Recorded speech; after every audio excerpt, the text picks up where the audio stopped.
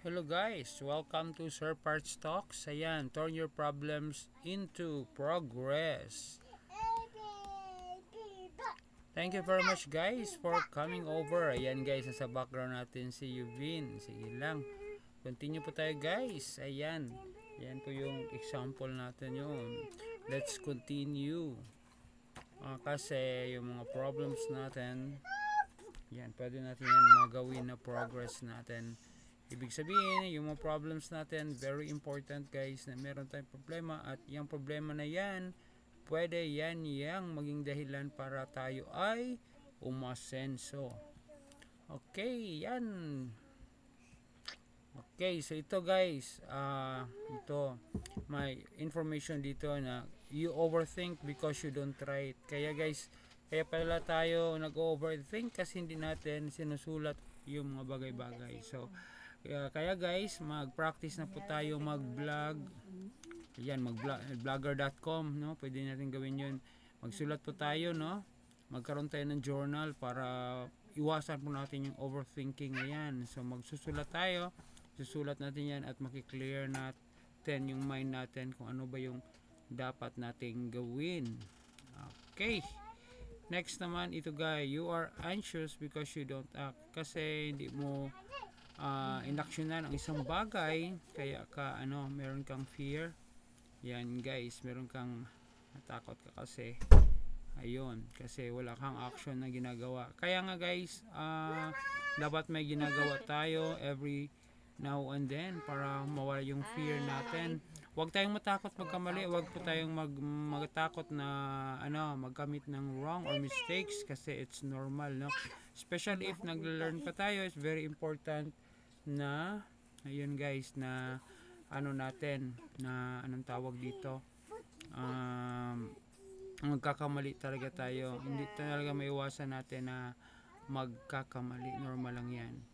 And then ito, you procrastinate because you don't have a plan. Ayan, hindi mo ginagawa yung isang bagay kasi wala kang plano. Sa gawa ng plano, ano yung gagawin natin. But before ma-plan, ayun guys, remember yung natin, yung 4Ds natin na kinakailangan. Meron tayong desire, tapos you have the decision, and then discipline, and then yung determination. Meron tayo doon. Ito, you stress because you don't train. Ayan, kaya tayo nagsistress kasi hindi tayo nag-train. Yung very important yung training talaga. May kasabihan, no? Proper performance prevents proper preparation prevents poor performance. Kaya pag mayroon tayong mga preparation na maganda, ayun, maganda yun po yung resulta. So yun yung kadahilanan bakit tayo ma-stress, kasi wala tayong training. So dapat magkakaroon tayo ng training guys. Ito naman, you lack clarity because you don't journal. Ayan, kailangan tayo mag-journal, mag-write tayo everyday para mayroong clarity. Ayan guys, ito yung speaker natin, nasa likod, ayan, nasa likod yung speaker natin. Yan, si Yubin. Ayan guys, next natin, okay, you just need to take action. Dapat meron tayong action kasi pag merong action, ayan, may resulta. Kung sakaling nagkamali tayo sa action natin, kaya ibahin naman natin yung action natin, ibahin natin yung plano natin. Pagkatapos nating magplano, i-act, and then pag yung resulta ay hindi na ayon sa gusto mo, we have to adjust sa ating inputs or sa ating processes.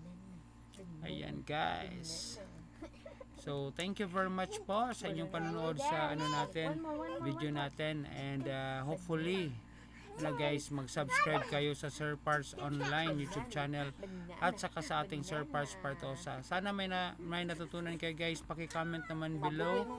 Ayan guys, at sa mga gusto pong maging healthy, mayroon tayong binibenta na barley products. Mag-PM lang po kayo para may deliver natin sa inyo yung mga produkto natin. Yan, maraming salamat po. I hope may natutunan po tayo paano maging dahilan yung problema natin para magkaroon ng progress sa buhay natin. Yan, maraming salamat mga papart. See you po Kasi do not. until sa next natin na video. Maraming salamat po sa inyo. God bless you. God bless everyone. See you po sa next video natin. Paki-comment naman po ano yung mga masasabi ninyo sa topic na ito. At babasahin natin yan, no? Magre-reply din tayo sa mga komento ninyo. Yan guys, bye everyone. Thank you. God bless. Ulit lang.